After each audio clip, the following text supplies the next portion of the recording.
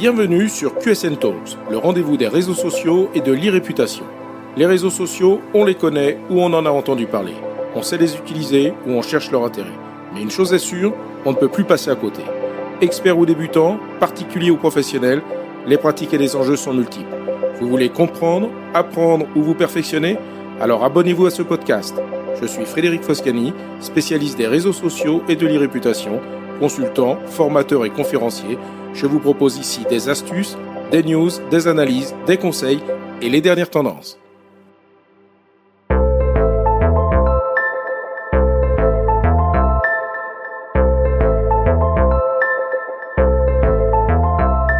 Bonjour et bienvenue dans cet épisode un peu particulier de QSN Talks. Habituellement, je vous retrouve le mercredi, mais aujourd'hui, nous sommes le dimanche 2 août 2026 et cette date mérite que l'on s'y arrête. Alors pourquoi ?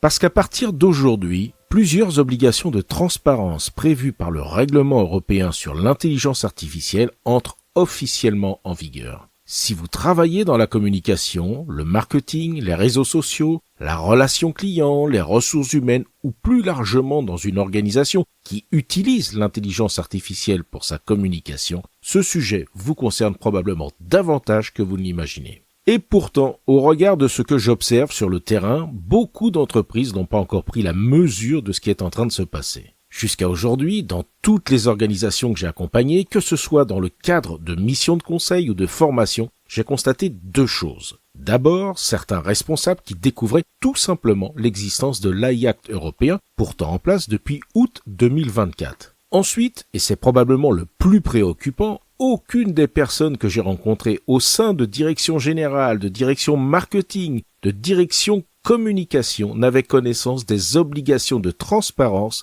qui entrent officiellement en vigueur aujourd'hui. Ce décalage entre le calendrier réglementaire et le niveau de connaissance des organisations montre qu'il reste un important travail de sensibilisation et de formation à mener. Dès le 27 mai 2026, dans mon article de blog « IA et réseaux sociaux, reprendre le contrôle grâce à une vraie gouvernance éditoriale », j'expliquais que la généralisation de l'intelligence artificielle allait imposer aux organisations de repenser leurs pratiques éditoriales, leur gouvernance et leur transparence, et j'abordais l'arrivée de ce qui se passe aujourd'hui. Je vous propose donc de faire le point sur ce qui change réellement aujourd'hui, mais surtout ce que cela signifie pour la communication professionnelle.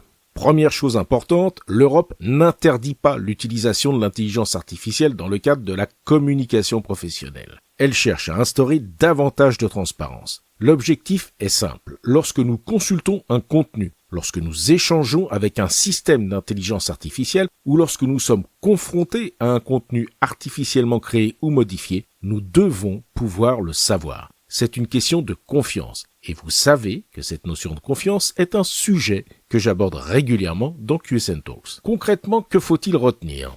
Premier changement, les utilisateurs devront être informés lorsqu'ils interagissent avec certains systèmes d'intelligence artificielle. Autrement dit, si votre organisation déploie un chatbot ou un assistant conversationnel, la transparence devient la règle. Deuxième évolution. Les contenus de type visuel, vidéo, audio, générés ou manipulés par IA devront pouvoir être identifiés comme ayant été générés ou manipulés par l'IA, surtout s'ils sont particulièrement réalistes. Cela devra se faire par une mention sur le contenu ou par la déclaration à la plateforme lors du processus de publication. Pour se mettre en conformité avec l'AI Act, les plateformes ont d'ores et déjà intégré des évolutions. Après avoir mis en place un processus de déclaration d'usage de l'IA au moment de la publication d'un contenu, les principales plateformes sociales déploient progressivement leur propre mécanisme de transparence. Étiquetage automatique de certains contenus générés par IA, détection des métadonnées, identification des images créées par certains outils. Pour cela, leurs algorithmes sont entraînés à l'identification des contenus générés par IA. Toujours dans le but de montrer à la fois aux régulateurs leur volonté de respecter la réglementation, mais aussi de rassurer leurs utilisateurs par la confiance qu'ils peuvent avoir vis-à-vis des contenus diffusés sur leur plateforme, certaines d'entre elles commencent à pénaliser les utilisateurs excessifs de contenus générés par IA qui ne respectent pas les règles de transparence. Troisième point, les deepfakes sont directement visés. Ils devront systématiquement être clairement signalés. À mesure que ces contenus deviennent de plus en plus réalistes, cette obligation apparaît finalement assez logique. Enfin, certaines règles concernent également les contenus d'information produits par intelligence artificielle. Là encore, l'objectif reste le même, préserver la confiance du public. Au-delà de cette recherche de transparence, il ne faut pas oublier que l'AI Act est un règlement européen. Comme le RGPD avant lui, il prévoit des sanctions financières en cas de non-respect de certaines obligations. Selon la gravité du manquement, les amendes peuvent atteindre plusieurs millions d'euros, voire représenter un pourcentage du chiffre d'affaires annuel mondial de l'entreprise. Vous trouverez le détail de ces sanctions dans l'article de mon blog et ma newsletter diffusée sur mon profil LinkedIn, spécialement publié aujourd'hui sur ce sujet. Il ne s'agit donc pas simplement de recommandations ou de bonnes pratiques. Nous entrons progressivement dans un véritable cadre de conformité que les organisations devront intégrer dans leur gouvernance de l'IA. Et c'est ici qu'un point me paraît encore plus important. Depuis plusieurs mois, je constate beaucoup d'inquiétudes. Certaines personnes pensent qu'utiliser une IA générative pour rédiger un texte obligera automatiquement à préciser que celui-ci a été écrit avec une intelligence artificielle. Ce n'est pas ce que disent les lignes directrices publiées par la Commission européenne. Il existe une différence fondamentale entre une intelligence artificielle qui produit directement un contenu diffusé sans véritable intervention humaine et une intelligence artificielle utilisée comme un assistant de travail. Cette nuance est essentielle et elle évite de nombreuses interprétations erronées. Ce 2 août 2026 ne marque donc pas seulement l'entrée en vigueur de nouvelles obligations. Il marque le moment où les entreprises doivent passer d'une logique d'expérimentation de l'IA à une logique de gouvernance. Aujourd'hui, dans beaucoup d'organisations, chacun utilise les outils de son côté. ChatGPT, Copilot, Gemini, Claude, Firefly et bien d'autres. L'entreprise laisse carte blanche et n'a aucune vision des solutions utilisées.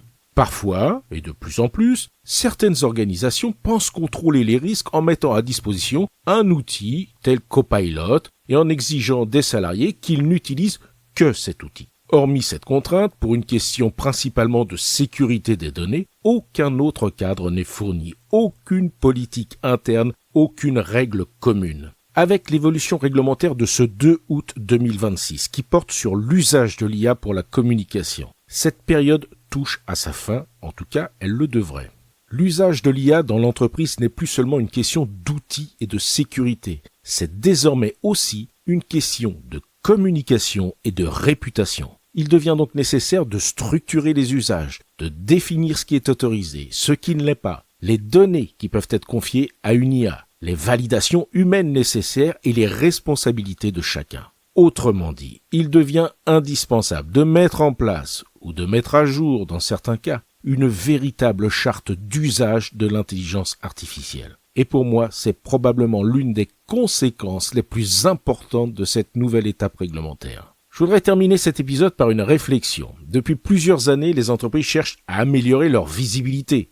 Puis, elles ont appris à travailler leur référencement pour cela. Aujourd'hui, avec l'arrivée de l'intelligence artificielle dans des moteurs de recherche, dans les assistants et dans la création de contenu, un nouveau facteur devient déterminant, la confiance. Nous entrons progressivement dans un environnement où la visibilité dépendra de plus en plus de la crédibilité des contenus, de la transparence des pratiques et de la capacité des organisations à démontrer qu'elles utilisent l'intelligence artificielle de manière responsable. C'est une évolution profonde et je suis convaincu que nous n'en sommes qu'au début. Alors si vous souhaitez aller plus loin sur ce sujet et l'évolution réglementaire de l'AI Act à la date du 2 août 2026, j'ai publié aujourd'hui une édition spéciale de la newsletter diffusée à partir de mon profil LinkedIn que vous pouvez retrouver également sur le blog e-réputation de QSN Digital. Vous y retrouverez un décryptage beaucoup plus complet avec les principales obligations, des exemples concrets, un tableau de cas d'usage, une analyse des impacts pour les communicants ainsi qu'une partie consacrée à la gouvernance des usages de l'IA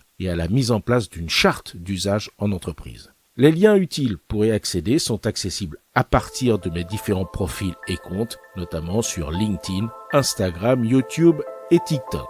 Merci de votre écoute, bonne lecture et à très bientôt pour un prochain QSN Talks. Cet épisode vous a intéressé? Alors abonnez-vous pour ne pas rater la suite. Et n'hésitez pas à donner 5 étoiles au podcast sur Apple Podcast et à le partager sur vos réseaux sociaux préférés. Ça fait toujours plaisir. Ce podcast est rendu possible par QSN Digital, l'agence que j'ai fondée pour conseiller, accompagner et former les professionnels, entreprises, dirigeants et personnalités à définir et gérer leur stratégie de présence sur les réseaux sociaux et leur e-réputation. Vous avez des problématiques de visibilité, d'image, de veille, de recrutement et de relations clients? Vous souhaitez développer votre marque employeur? Vous voudriez faire de vos collaborateurs des ambassadeurs? Contactez donc QSN Digital pour demander votre coach social media. Je me ferai un plaisir d'échanger avec vous. Pour me trouver, rien de plus simple, demandez à Google ou à vos réseaux sociaux. À bientôt.